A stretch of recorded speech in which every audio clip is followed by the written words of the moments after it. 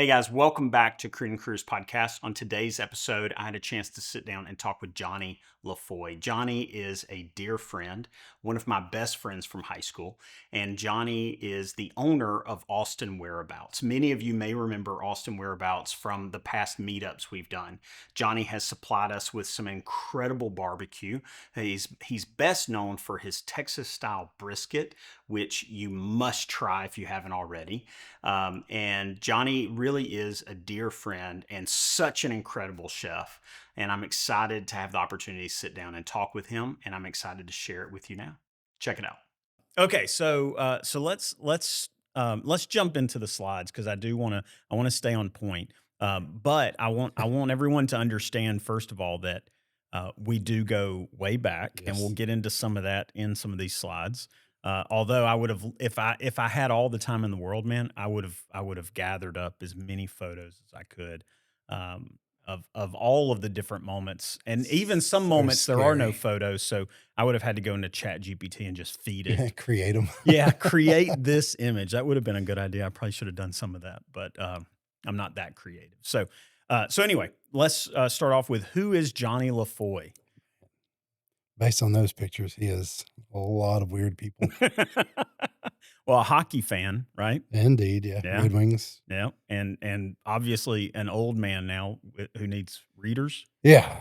Yeah, that was I already wear contacts and for years, like with my contacts, I've always had better than I've had like 2015 vision, like better than 2020. And now anything up close, like if we're laying in the bed at night before we go to sleep and Laura will like show me something on her phone and she'll hold it over and I'm like trying to put my head back through the back of the headboard just so I can see it. Yeah, And yeah, everything now this is a comfortable distance here. So it's crazy, isn't it? It's like that like 40 to 43 kind of window. I feel like really hits hard. it like is, yeah. like it's suddenly your eyes just they're like, let me throw a Yeah. curveball at you and just see if you can see how you handle this. Right. Like you can't see up close anymore. Oh, and you can't see at night anymore either. Oh, And if it's raining in at night, don't drive. the glares Oh man, off of the road, it's the bad. the way that I mean, even squinting or something, it's like it just makes it all worse. Yeah. I can't tell anything. Yeah. Yeah, it does. I have astigmatism. So any light, Yeah. it just turns to yeah, it's beyond glare. It's just blinding. So All right. So how do you describe yourself? Who do you tell people you are? I mean, I don't know how often you meet somebody that doesn't know you already, but what do you say about yourself? I don't know. I try not to say anything about myself. I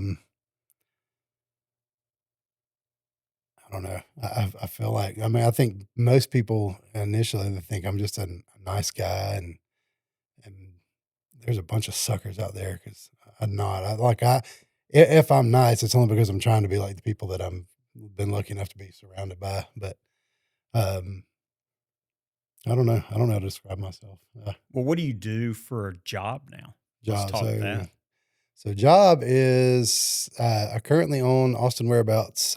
It's a food truck. It's a all Central Texas style barbecue, and I'm in the process of opening a brick and mortar restaurant.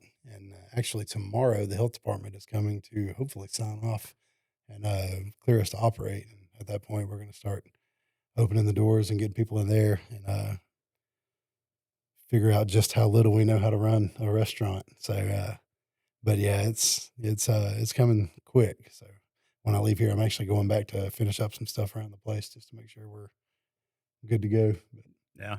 I was talking with Colton, who's behind the cameras right now. And I've also talked with my wife and my children at times. Seems like anybody that stops long enough to allow me to be heard, whether they're listening or not. But running a business is so difficult, man, so stressful. Um, it's also exhilarating yeah, and seems to be at times really beneficial. right, Um, what's been your experience and even going back to like what kind of background? I mean, I know your background, yeah. other people don't, but what kind of background prepared you for this, if any? Well, as far as background, barbecue began as a hobby, and I've worked in management for a long time, so I feel like that has prepared me now for having to bring on employees in this situation. Worked 20 years in retail management. Got into education for a short while, and you know all about that. Brian was a big help in getting me there. Um, did that for a short while. I wasn't tenured, and when it came up on my tenure year, they ended up not renewing my contract. And at this point, I'd been well into doing barbecue at home, and I always talked about doing having a food truck, and even saw the movie Chef.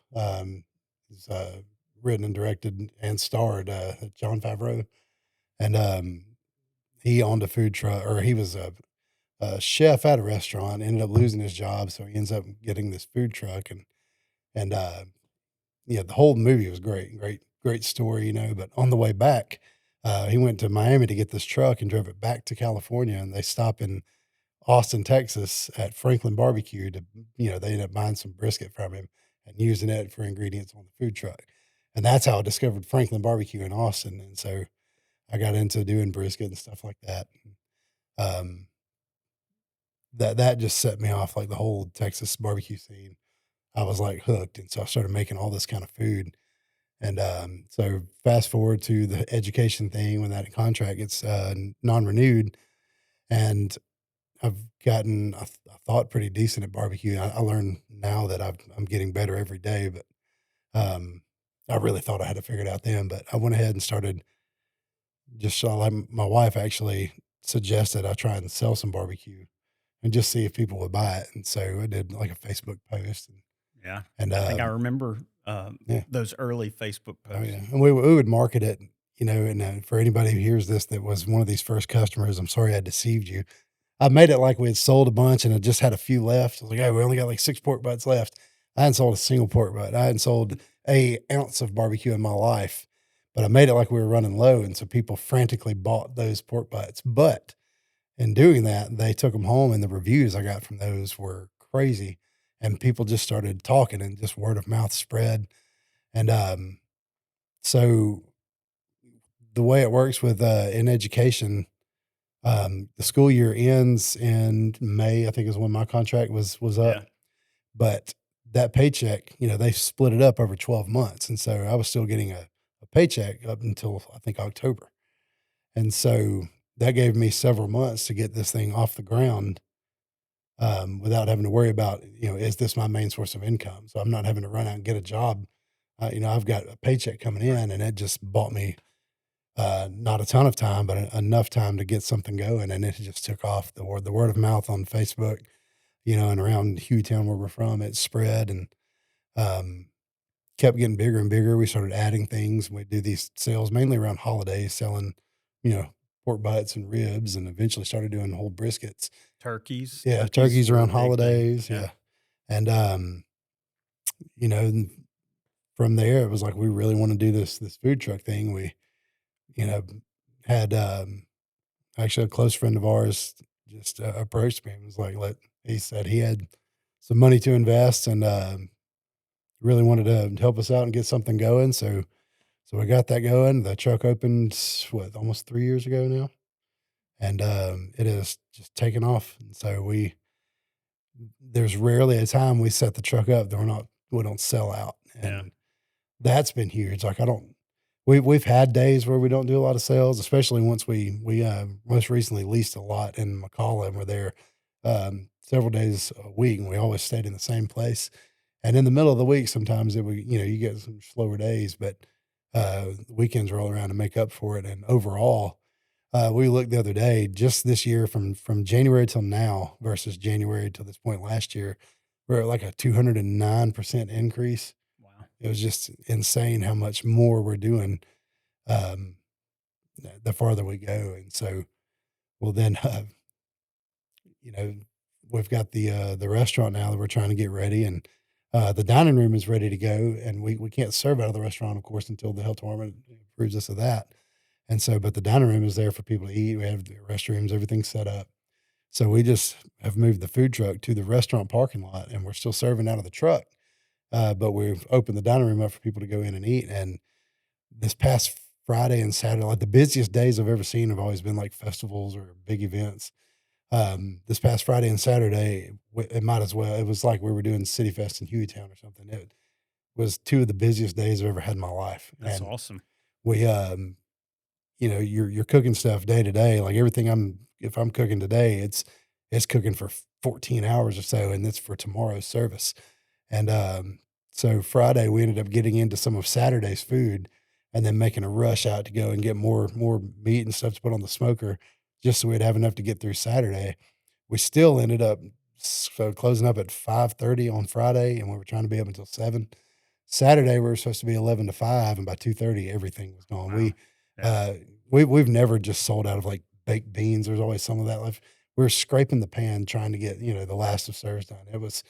We literally had nothing left, Yeah. at the end of the day Saturday, and there were so many people that were, you know, they were coming to, they're sad that they couldn't get anything, but they're all excited that it was doing so well, and a lot of people from the community where it's located, and they're excited about the restaurant itself opening.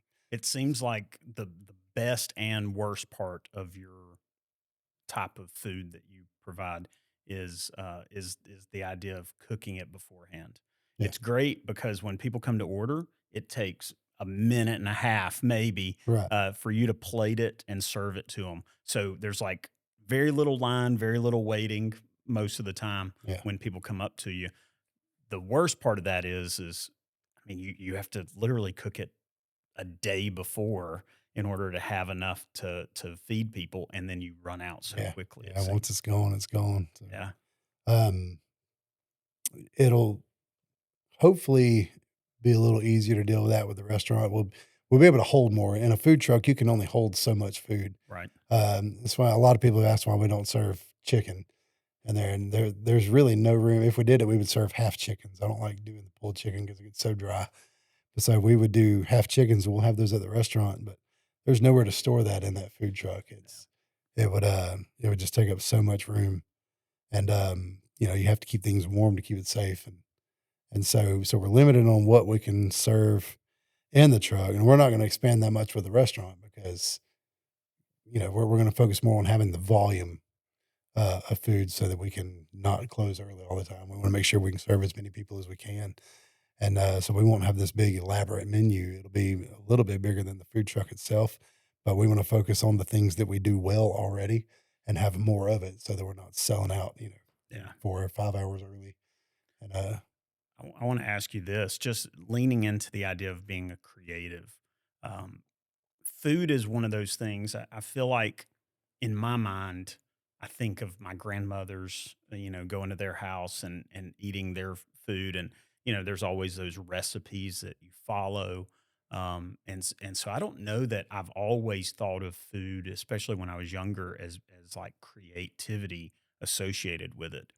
Um, but at the same time, I think as I've learned with video, creativity isn't always doing something that's never been done before, right. but it's like an application, Yeah. maybe a new application of what's been done before. Mhm. Maybe it's taking this exposure that you had to this type of experience and this other one and you merging those Yeah. together. How do you really see creativity in your food? Maybe influences that you've learned from. Maybe you took this from this person and this from this person, and now it's this new combination. Do you see any of that in what you do? 100%. That's, barbecue at its roots is basically a tradition, and it's regional, so it may be different for different places. But people that learn how to do it are literally just learning it from other people, and they're kind of always putting their own thing on it. There might be uh, subtle changes in seasonings. There might be different cook temperatures, different times with things like briskets. The way you trim them, some people don't trim them at all. Um, I am in the trim camp. That we trim everything down where it's good and rounded. Any thin pieces are cut off so they don't burn or get crispy on the smoker. Um, the fat cap, we trim it down to about a quarter inch to make sure it all renders. I've never been a big fan of biting into a piece of meat with just this big wad of white fat. Yeah, But when that fat renders down, it's like the best thing in the world. And so we'll trim a certain way, and it's the way I trim is, something I've learned from, say, like in particular Leroy Lewis barbecue. I trim a lot the way they trim their briskets. I season briskets more like the way Bar A barbecue or Goldie's would season theirs. Um, the temperature that I smoke them at, it's my first love. I mentioned Franklin barbecue. That's what got me into all this. Uh, Aaron Franklin is like the grand poobah of Texas barbecue and brisket. And so, the temperatures and the way he cooks, his brisket, I stick to that. So I'm kind of pulling from different people and different ways that they learn to do it and kind of making my own way of doing it. And so far, you know, brisket is the first thing to sell out every time I open the truck. And so apparently it's working. I mean, I'm Yeah. kind Yeah. of pulling from my favorite parts of each one. And then things like sauce, in Texas barbecue sauce is not a big deal, but it's there and we're in Alabama and Sauce is you gotta huge. have sauce Yeah. here. So, That and gravy. right. Yeah. And so, I don't really put sauce on my barbecue, but we do serve it. We have it on the side for anyone that wants it.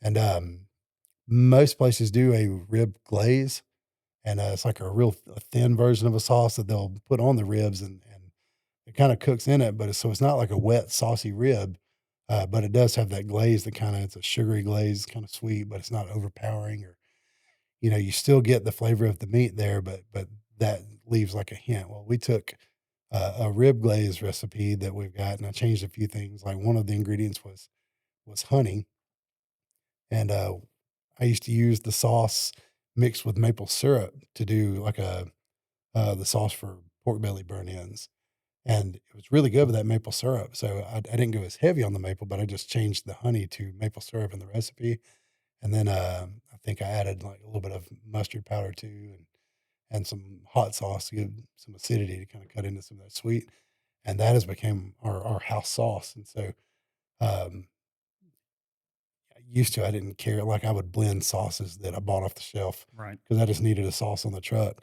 But now this sauce, people have grown to expect it. Like, it's taken off more than I ever thought it would. So, but yeah, that's something where I that's the one thing where I really went in and just kinda, I guess, took my own ideas, and I'm sure someone's nothing's original anymore. Right. But Yeah. but, it just off my mind, I thought, "What can I change to this?" And I toyed with it until I got something that so far everybody likes. I did learn that the first version of it was real heavy and with cumin, and, I forced my wife to try it, and she was not a fan. Like, she spent, like, an hour trying to get the taste out of her mouth, so we don't put cumin in the sauce anymore. Uh, Well, I mean, I would say part of the process is not just learning like how to do it right. You got to learn how to do it wrong a oh, yeah. few times in the process Yep, to be able and to get it right. that was wrong for Yeah. sure. So, Well, I think I've definitely done that in all areas of my life, and our spouses are usually pretty good at pointing oh, out the yeah. way we've done it wrong. Oh, So, yeah, and they're the most honest with us too, so, mm, there's plenty of people who don't wanna be rude, but, I appreciate the honesty of my wife. She's gonna let me know if it ain't right, so I like it. I like. Hey guys, let me take just a moment to thank our sponsor, AmFirst. AmFirst is my personal credit union, but also my business credit union. When I started Riverlight Studios, I knew that I needed to have a local bank or branch or credit union that I could walk into whenever I needed to, or deposit a check that may have been larger than the checks that are allowed for mobile deposit. And it was no question in my mind, AmFirst was the place for me. My long-standing relationship and membership to that credit union, as well as just the resource that they've proven to be for so many small businesses in and around Birmingham. I knew that AmFirst would be a great place for me to bank. So, if you are a small business owner, which many of us as creatives, that's what we are, then I encourage you to check out the resources that you can find at AmFirst, either by walking into a branch or by checking out their website. So, again, thank you to AmFirst for sponsoring this podcast and helping us share these stories of incredible creatives right here in Birmingham and beyond. So, without further ado, back to the conversation. Okay, so we've talked a good bit about your journey already, but here I just think we need to bring the bald back, man. man, I do not. And I can tell you my wife would agree with me. That was a mistake and a half right there. I went with like a big razor. We went Yeah, we went all the way down with yeah. it. And then as the stubble started growing back, I can remember trying to put my T-shirt on and almost broke my neck because It's it just dangerous. sticks to It's it. Yeah, dangerous. Yeah, stubble can be it's like Velcro on your yeah. head. Uh, when I'm bald like that, I look like the little. It's like a picture of a bald man, and it's got a pin, a magnetic Yeah. pin with the magnetic shavings, and you draw the facial hair and stuff on it. That's what I look like I see a bald. little bit of I that don't with your I don't need to ever do that again. chin strap that you had back then. I Oh, can yeah. see that a little bit, definitely. Yeah, that's funny. Let's go on to the next slide. I think we've already talked enough about that. All Okay. right, so here we got Austin whereabouts. First of all, uh, these photos were really fun to do. They were. It was I a was. great event. This was actually kicking off your, I think, the first time you ever really It officially was. set up the food truck, Yeah, right? that was day one, yep. That's awesome. And I Uh, was a lot more human back then.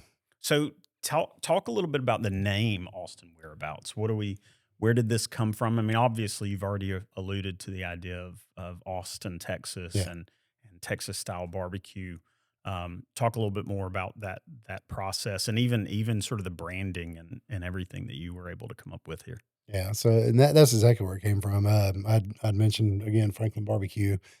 Several of the others I mentioned, Leroy Lewis, they're from Austin. There's, Terry Black's. There's so many places that kind of, you know, blew up in the Austin scene when, it all kinda started with Franklin Barbecue, and, learning what I could from what I could find from these guys on how to do the salad barbecue.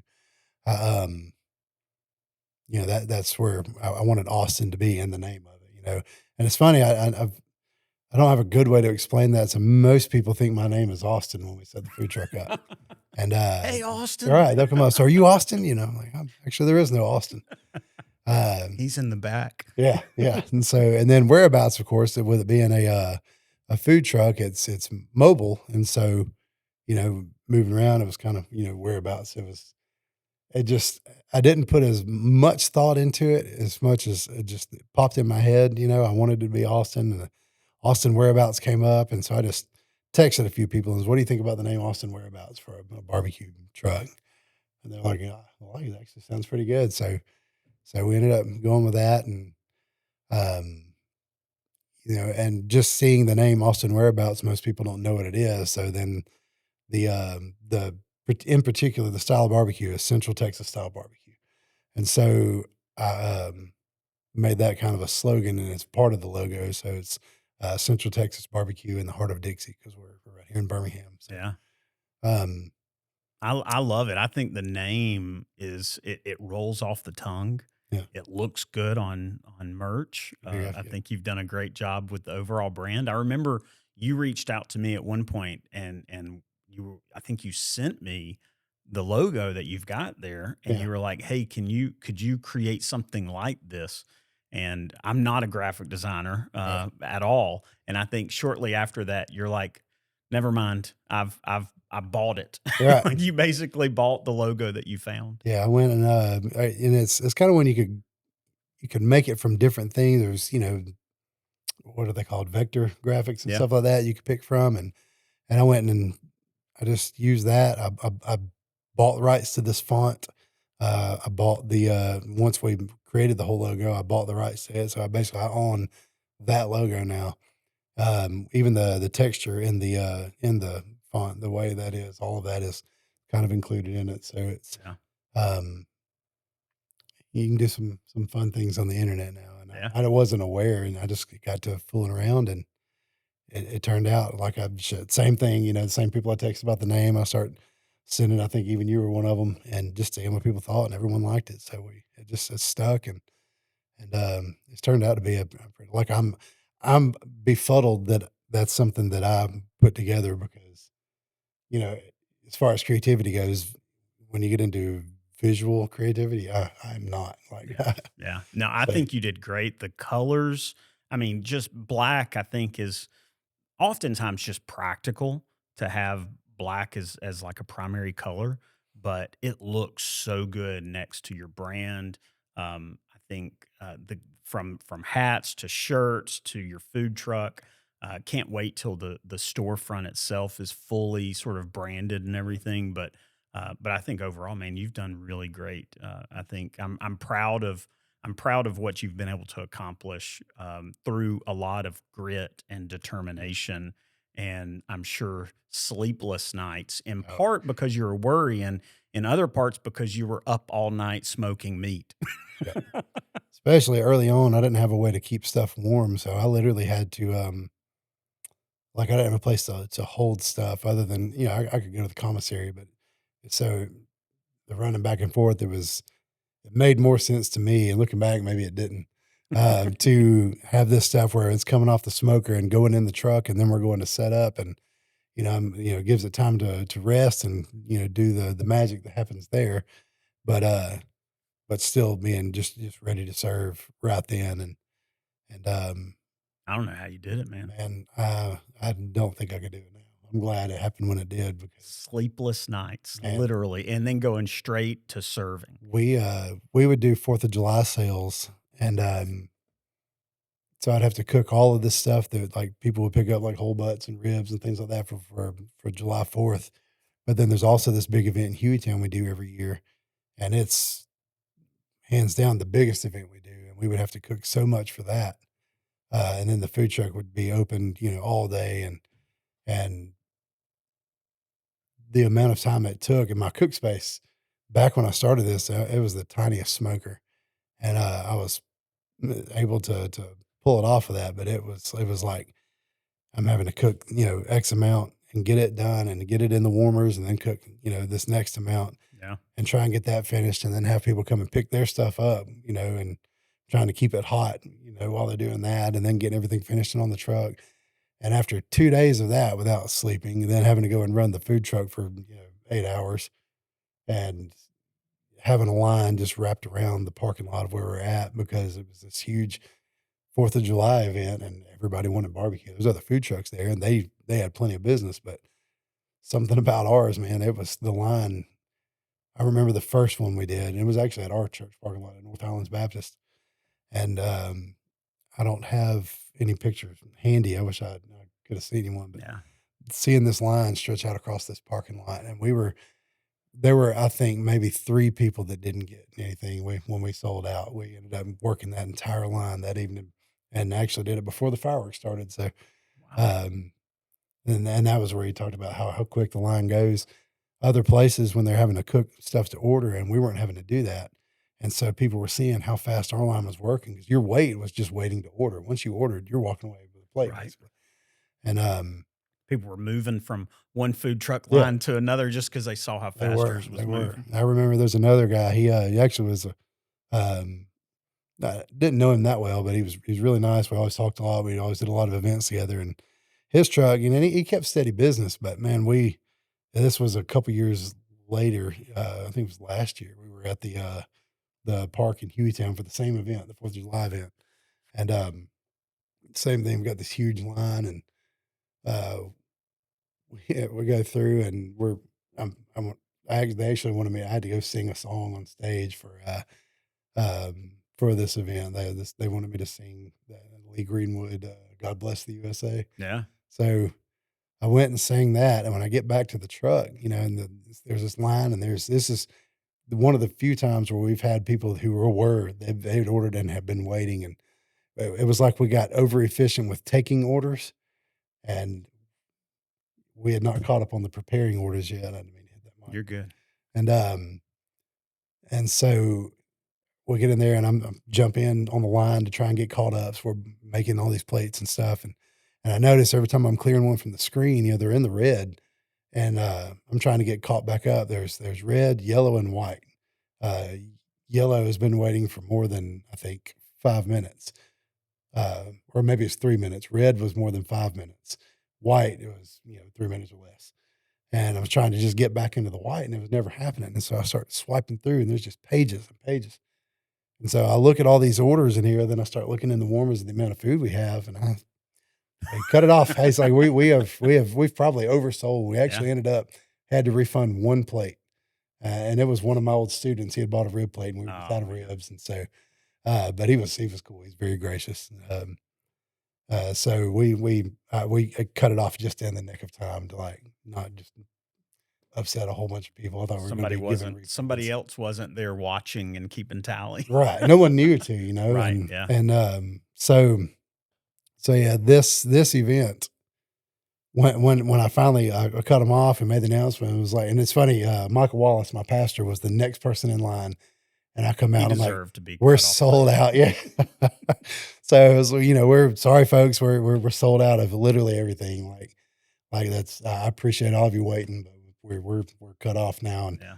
and so we got the plates and stuff that we had already had, ordered in, got it all worked out and figured out, that we didn't leave anyone behind. So we refunded the one plate for Colin, and he was, like I said, incredibly gracious. He was cool. He ended up coming back the next time we were opening and buying food. Yeah.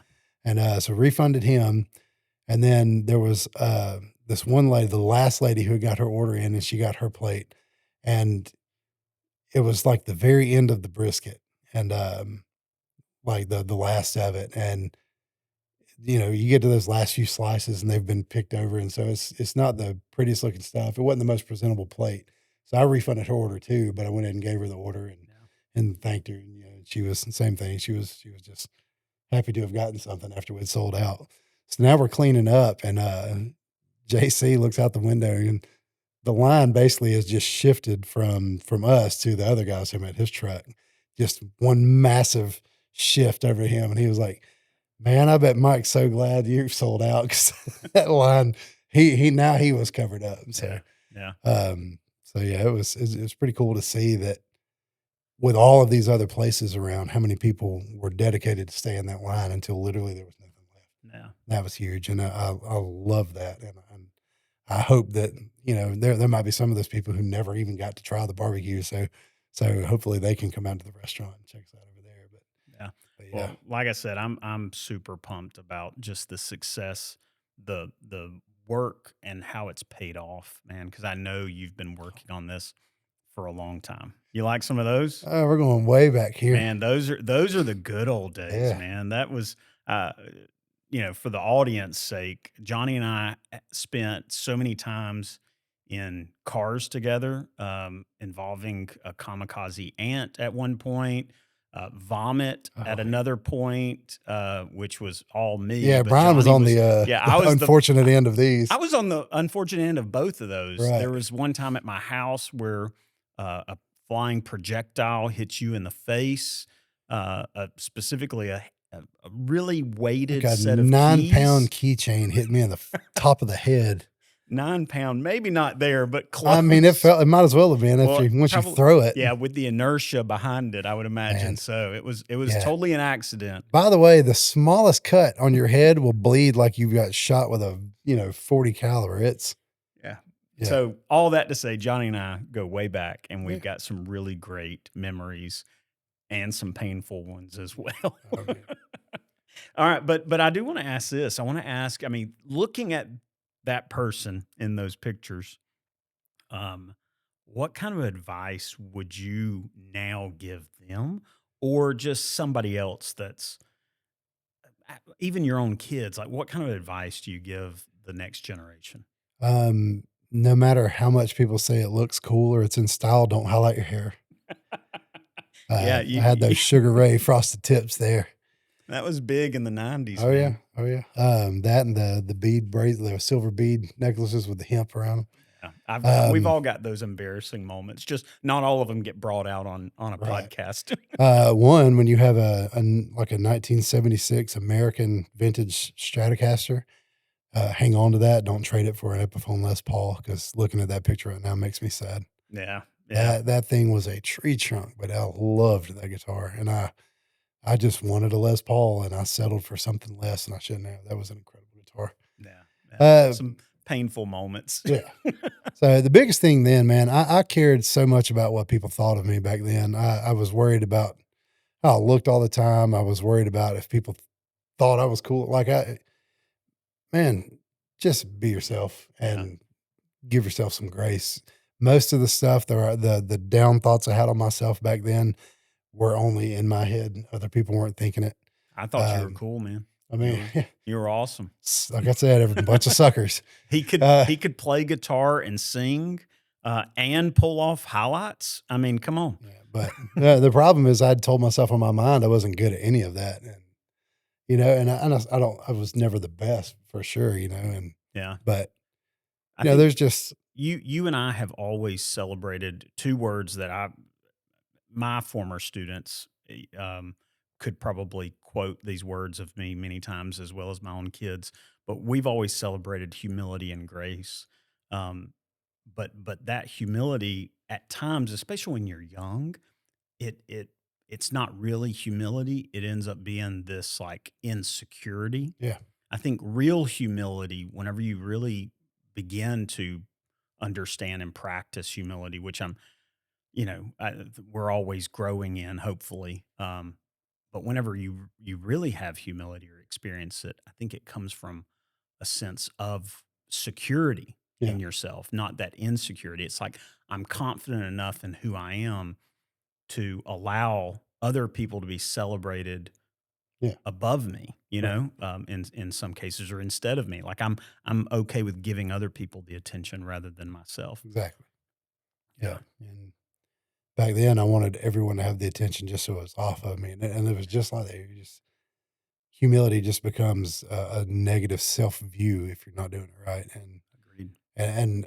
and even then, and our background too. I don't think I'm. It's not a matter of me doing humility right because if it were me doing it, yeah, it would be a train wreck. If anybody can call me humble by any stretch of the means, it's literally because of the grace of God that there is any humility at all. I know I'm perfectly capable of being just pompous and just an idiot. So Aren't we all? right, so none of that is my doing anyway. Yeah. But I'll say back then I struggled with just a terrible, terrible self image. Like Yeah. and it still happens now. I've had a big boost of confidence with the weight loss I've had lately. That has helped a lot. But before that, and it's I almost am scared to enjoy the what's happening now because I don't want to become or come across as someone as arrogant. I still worry about what other people think in regards to that. Yeah. Um, but as far as just your opinion of me and how I act or my personality or my appearance in general, I've that's my advice. I don't care what other people think anymore. I don't have time to waste on trying to please. I've learned that you're not going to please everybody ever, and yeah, it's a lot of wasted energy and a lot of heartache and depression to try and deal with the fact that someone doesn't like you or someone has a poor opinion of you, and especially if it's based on something that you either know is not true or that doesn't matter anyway. Plenty of people can form a bad opinion of someone based on something that shouldn't matter at all, Yeah. and don't waste your energy worrying on that.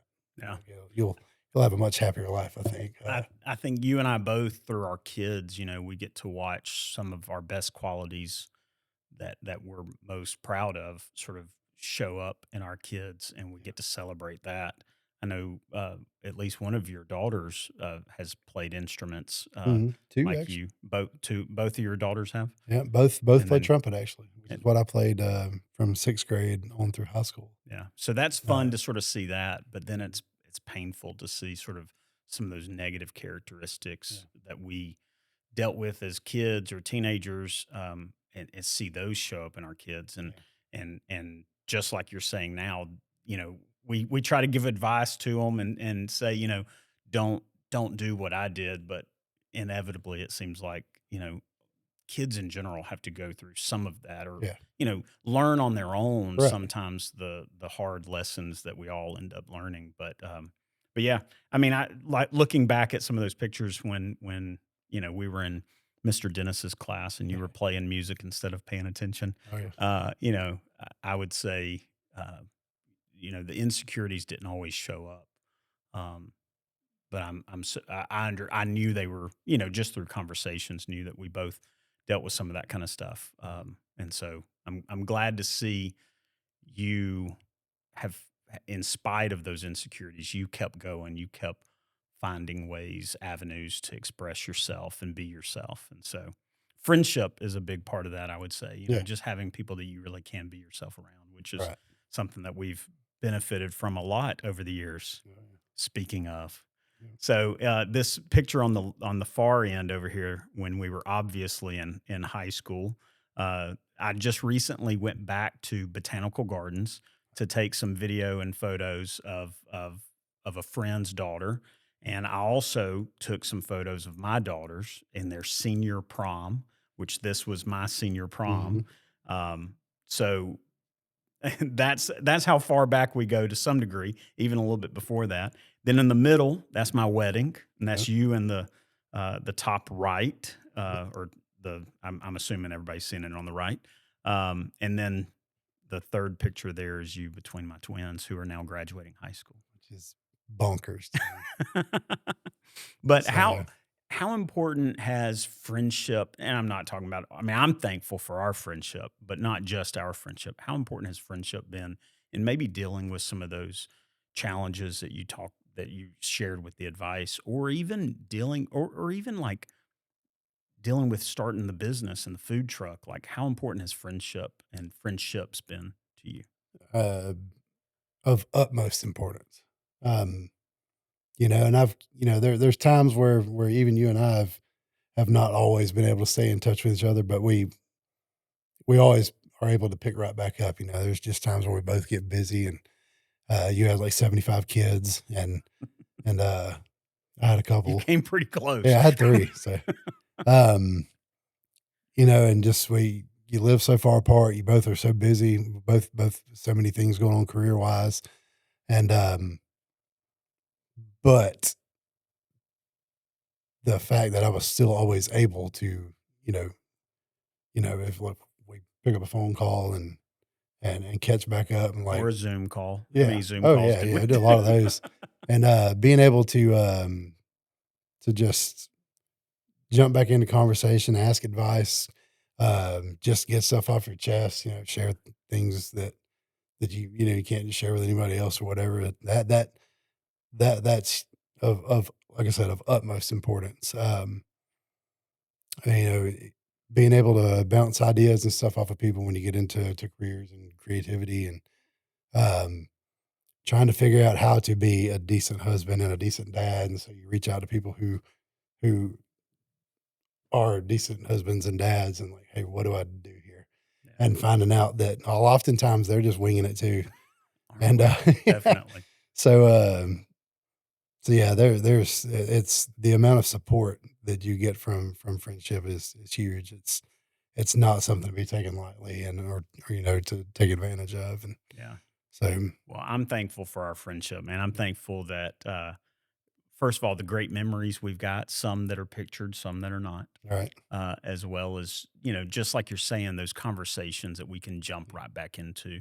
And you and I have always been able to talk about the hard stuff, yeah. whether it's, family or religion or, the difficulties of running a business. And so, And some of the not pictured stuff is for you, the viewer's benefit. yeah, definitely. Um, the Hang on, I don't know where this is going. I remember a certain bachelor party that we didn't order a stripper, but Okay, yeah, I see how it is. yeah, Okay, yeah. didn't know we were outing each other Yeah. on here like that. By the Okay, way, there I see. wasn't a stripper there. It was just a guy on a We slip and slide. we But had a good time on on some on had a a better time than others. yeah, we had a good time just celebrating you and preparing you to go into marriage. Yeah, Gosh. my bad. Should I Yeah, have left yeah, that out? yeah, yeah. No, I mean, I can edit. There you go. That's good. That's So good. no, we did. We've had a lot of good times, Man, man, and I do value our friendship and you in general very much so. I remember one of those things you brought home, the joust thing. That should never be allowed to. Like, I'm not good at joust, so go ahead and say no. And it's like pedestal joust with these 90-pound pads, and I'm pretty sure I left your house with a Yeah, concussion that day. grown men probably shouldn't have those No. things. Yeah, yeah. But all right, let's Oh jump yeah, into this because this it's was my one of first those kayaking moments. trip. This is one of those moments in our friendship that probably shouldn't have near as many pictures as it Man. does. Yeah, it was just let's go kayak in the lake here, and It started off so peaceful. I mean, look at and you. You're even giving the peace sign. oh Like it yeah, was just a good time between good it friends. was. I'm glad you cut off the front of the picture of that kayak because I look like Chris Farley and Tommy Boy when he's out on the sailboat and this. Yeah. So Well, then something happened. It turned oh yeah. at one point. So there was a couple times where we came across a beaver dam, and you got to kind of get out and pull the kayak over and get back in. It's such a fun thing. It is. I It is. did like that year, probably a year and a half, 2 years. I took so many people on a very similar trip. Yeah. And I never thought I would ever be in a kayak. I'm never really was never into that stuff, but it was You're a not lot of made fun. for water like that. No, not really. I'll sit on the beach and read a book, but I'm not the guy trying to rush out to the sandbar Yeah. and Yeah. yeah, that I'm like, again, weight wise, I've always been kind of top heavy, and sitting in that thing was, so Yeah. yeah, you go over this beaver dam, and you get back in the kayak, and the seat cushion kind of goes down under you. So I reach back to grab it and pull it up. Well, Brian had been fishing in this kayak apparently. Strategically placed. It was not. First of all, I don't fish. I'm not a fisherman. Yeah. So no, it was one that was found. Okay. There was a lure that was found, and then you got to do something with it. You don't So want to just let it float in the water. So he sticks it on the back of the seat in this kayak, and It then was gives me the kayak. it was strategic. It was not strategically placed. It was literally just happenstance Yeah. that it was located where it was. But it was Wow. it was attached to the back of the seat. It had Yeah. hooked itself on there. So I reach back and grab a handful of this seat cushion, and I grab it and I give it one good tug, and I set that hook right into my finger. Ah, And it didn't go all the way through. So, I don't know if you know how a fish hook is designed. It's not made to come back out. no, And, it was locked in tight. Man, and, I couldn't push it on through because I'm not that much of a man's man. And I tried my hardest. I grabbed this thing and I pulled so hard that I was shaking, and I could not rip it out. Like, it did exactly what it was supposed to do. Yeah. And, so My idea was to just like let me grab it Yeah. and pull. that was not how. Johnny did not go for No. that. I was like, And I so- think I can get it. So to paint this picture, I'm in this kayak and I grab this thing and I pull. Well, now it's stuck to the seat, and now my finger is stuck to it. So I'm in the middle of a lake with one hand stuck behind my back in a kayak, So Brian has to Floating, come just- over just and drifting. just drifting aimlessly. So Brian has to come over and grab my kayak and paddle over to the closest shore, and so he pulls my kayak up to where I can grab a tree with my free hand, and I'm holding this tree with my left hand behind my back, and I'm just sitting here hanging on, and he gets out and he's trying to figure out how to get it loose. So he's able to like unfasten the seat cushion. We get out. So now I'm holding a tree and I've got a seat cushion this big hanging off of my index finger, and he decides he's going to go up through the woods to the closest neighborhood. And I'm like waving down some right. random guy at his house. Can So, I yeah, borrow some pliers? he goes up a hill and through the woods and out into someone's driveway, like, or their backyard, and just happens to see someone in the garage, and he gives him a pair of snips to come down, and we're able to kind of cut. You can see in the picture where they cut. He's cut all the barbs off the hook except the one that is impaled into my finger. And so at least now I've got a somewhat functional bloody hand, and we ended up dragging the kayaks up to this guy's yard. He let us leave them there while we jump in Brian's car, and I probably drug the kayaks. I don't think I would have made you help drag the kayaks. I honestly don't remember. Let's just assume. Well, yeah, I was that good of a person. We'll be gracious and say they did that. So we drug them up, leave them there. We walk, all the way back down to Brian's I house. think I think either that guy gave us a ride or Jennifer came and picked us up. One or I the think other. Jennifer did, Yeah, actually, because she thought it was hilarious. And she's a I think it nurse, was so she didn't. her. It was her idea to actually go to The dock in the dock box. in the box. Yeah. Yeah. Because I certainly tried to get Yeah. this thing out. So yeah, she gets us back to the house, and then me and Brian ride over to the dock in the box. You can see me up there in my Superman shirt with my little boo boo on my finger. Looking very super. Right? Yeah, there wasn't anything super about that. And he numbed the finger up, and he just shoved the hook on through and snipped the other end off and pulled it out. And Made it look easy. oh yeah, like it was nothing. It's like, oh yeah, we get this all the time. Like, how many idiots have fishing lures in their kayak seats? So, but yeah, Yeah. apparently, And apparently, a lot of people hook themselves. and then we go back because that last picture we ended up picking Lincoln up, Oh yeah, and we go back to the place that we left the kayaks, and we kayak we back to the finished the house. trip. Yeah, we Yeah, walked back over there, and um, your finger wrapped up in something, I'm that's sure. right. So yeah, that was my first experience on a kayak. It wasn't my last. It wasn't enough to Right. talk me out of it. So It was a good time. oh yeah, yeah. So there was a while there where my weight prevented me from being on a kayak, but We yeah, it was we need to get you back out yeah. I'm down. this time without a I'm gonna hook. check the seat cushion very well. All So yeah. right, so let me ask this. You've already talked about it a little bit. I mean, you've got the new restaurant that you're beginning to move into. Should be moved in real soon. So what's next? What's next for Awesome Whereabouts? What's next for Johnny LaFoy? I hope a successful restaurant. Um, I don't want to have to backtrack at this point because there's a lot of wheels in motion. I don't want to have to try and turn back around.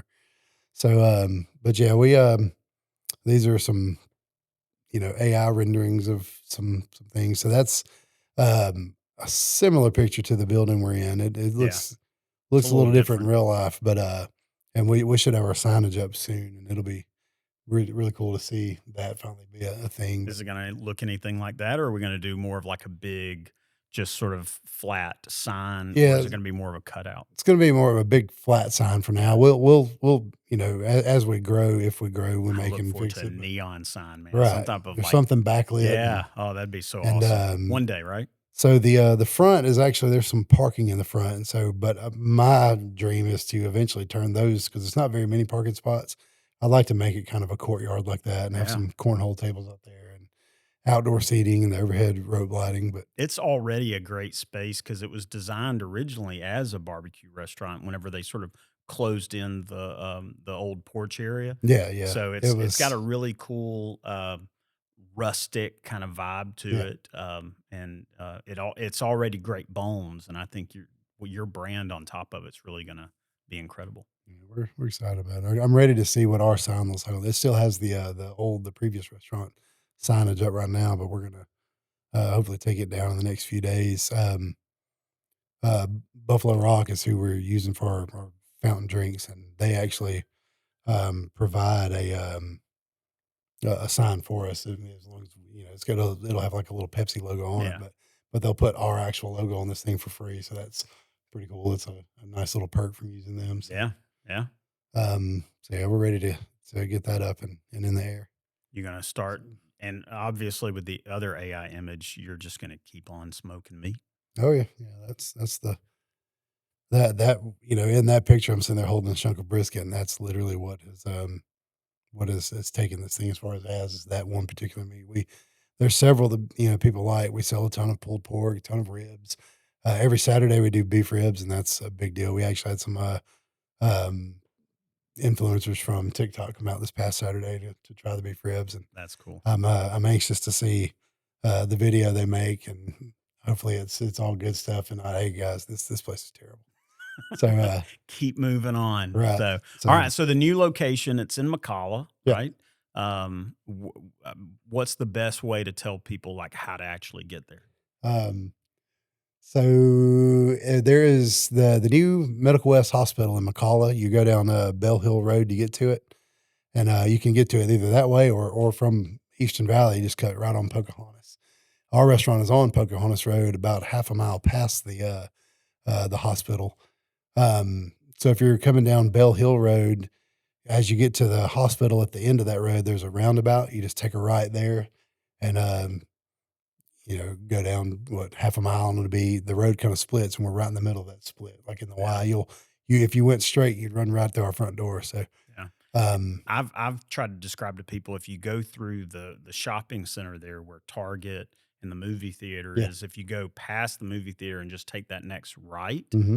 um, pretty much go through the roundabout straight there, Yeah. and you'll run right into it. Yeah, I mean, when you get to that roundabout and you'll see the hospital too, we're talking about it'll be Yeah. on your right there, so yeah, it's just right past it. It's in a, it's not in a big commercial, zone area.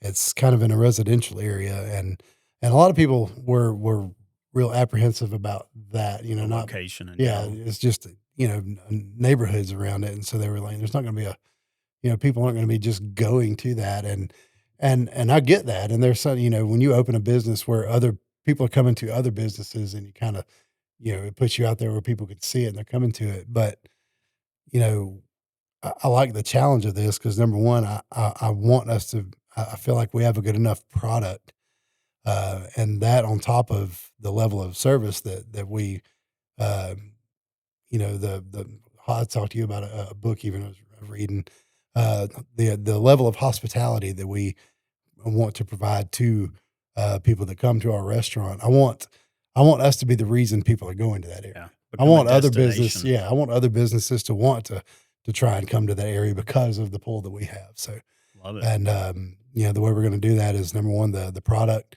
and 2, the hospitality. I wanna make sure that above anything else, that if you come there, even if you come there and we're sold out and you don't get anything, I want you to leave knowing that you were treated with in the best way possible by my team, and yeah, that I talked about my time in management. That's kind of been instilled in me is service goes way farther than even the quality of a product can be overlooked sometimes as long as if good service is there. Pricing definitely I've learned can be overlooked as long as service is there. Yeah. Not that we're going to gouge prices, we're going to be fair, but um, just in general, the type of food we sell is not the cheapest food in the world. But that said, we sell out all the time because I think the quality of our product and the level of service that we provide, I want to make sure that those are always at the top of our game. So Yeah. Well, I mean, you think of I think of restaurants, whether fast food restaurants or even grocery stores, like the kind of places that I choose to go to or I prefer to go to are usually the ones that give me the better service over, the cheaper price or I mean products, yeah, assuming products are similar or right. close. I mean, it's definitely service Oh, yeah. You draws look at my attention more so. at Publix. Like when I was in college, I worked at Publix, and they absolutely they don't claim to have the lowest prices. They don't Right. match prices for competitors, um, but they'll tell you hands down that they will go above and beyond for service to make sure that you have a. I mean, their slogan was "Where shopping is a pleasure," and it is like if you're not able to provide that, you won't work there very long. Right. And they're turning profits every year. They're still a privately traded company and just rolling in their own Yeah. stock money. Yeah. Same Because with Chick-fil-A, it's that idea yeah, of, like, they they want to provide an experience yeah, as much as they do a product, right. if not more. And that's exactly what we're after. We want it to be an experience. We want our restaurant to not be just a place I'm going to eat. We want to make a destination. Yeah, We want this to be something that you're going out of your way to get to, and when you leave, you're going to say that that was worth it. yeah. Hands Well, down, that was you've won my son over already. Lincoln there. You go. loves the brisket, Good. so I think you could just hang it out a window and he could drive by and grab it, and he'd be happy, Oh yeah. but also I know my whole family loves you and values you and appreciates what you've been to us, but then also, love the way you're doing this business, so I props to appreciate you. it. Thank you. All right, and then the last image that I've got up here, Oh, congratulations and thank you, buddy. all right. Appreciate it. We just found this wig at the church Oh, and don't lie to us. We know this is a regular for okay. you. I'm a big Dog the Bounty Hunter fan. And this Is was that what's that supposed to look n- like? that was my goal. So you see this picture and it's funny, but what you don't see is that I was actually standing in most of these pictures holding my 9 millimeter up in the air, like pointing it in the air with this wig on, like so. Okay, Yeah, yeah. okay, So yeah, so definitely a little bit more of a bounty hunter at that point, so I don't know. I don't even know how you, is that on my Facebook? It is. It is. You do not hide much out Apparently there, not. so I seek after a good laugh too the easily. So. the insecurities of high school have faded far into the Man, distance. big time. When you get as fat as I was, it was like, at that point, what is there to be insecure about? They're not going to laugh at that wig. Ah, I like, so no, that's I don't know yeah. about that. I think I still laugh at the wig. It's pretty funny. I gotta say that's, Yeah. so for a while, in our church, we have like an app, like our online church directory. And that was the picture I put for myself in there. And Laura made me change it Yeah, eventually, I but would hope so. yeah, Again, our wives will tell us when we've oh when man. we've done it wrong. But for a while there, that was it. And it was pretty hilarious. So, yeah, That's funny. Well, seriously, Johnny, thank you. Thank you for what you've meant to me in our friendship. yeah. Thank you Thank you. for having a conversation with me today, man. Yeah, I'm glad to see. I man, and this studio is like seeing everything go the way it has for you. I'm loving that. So, both of us at kind of the same time, we're able to step away from our careers working for other people and into a career working for ourselves. And Yeah. it's pretty cool to share that with you. So Yeah. after all these years, Both of us, I mean, we've had multiple conversations and over the years and know that we both sort of aspired to things that I know I personally never thought this would happen. You were similar in that regard. We had this other wasn't on my careers. bingo card at all. No, we had other careers that we just sort of felt like that's what we're going to do now, and then things happened or decisions came up and we've been able to step out and Yeah. still have a long way to go to where Oh we yeah. hope to be, but we're fortunate enough to have the opportunity to try and do this. So. Yeah. And wives who will put up with it. Oh, definitely, definitely. Speaking of grace, Yeah, boy. yeah, Yeah, yeah, we've experienced a lot of grace from our lives, yeah. our wives, and a lot of like, wait, you're not doing that right. I rolled the dice big time signing this lease, and my wife is the most supportive person on earth, but she's also the voice of reason, Yeah, and I don't always have that, and so it was tough, signing the lease and getting in there. But I'm telling you right now, she has been so on board and is really excited. We've almost traded roles. Now I'm the one that's almost got this apprehension going on, and she's like, "Let's do this." yeah, So, yeah. yeah, it's been huge. That's awesome. Yeah. All right. Well, I'm looking forward to some brisket. All right. That's on the next video. Definitely. Okay. All right, man. I appreciate you.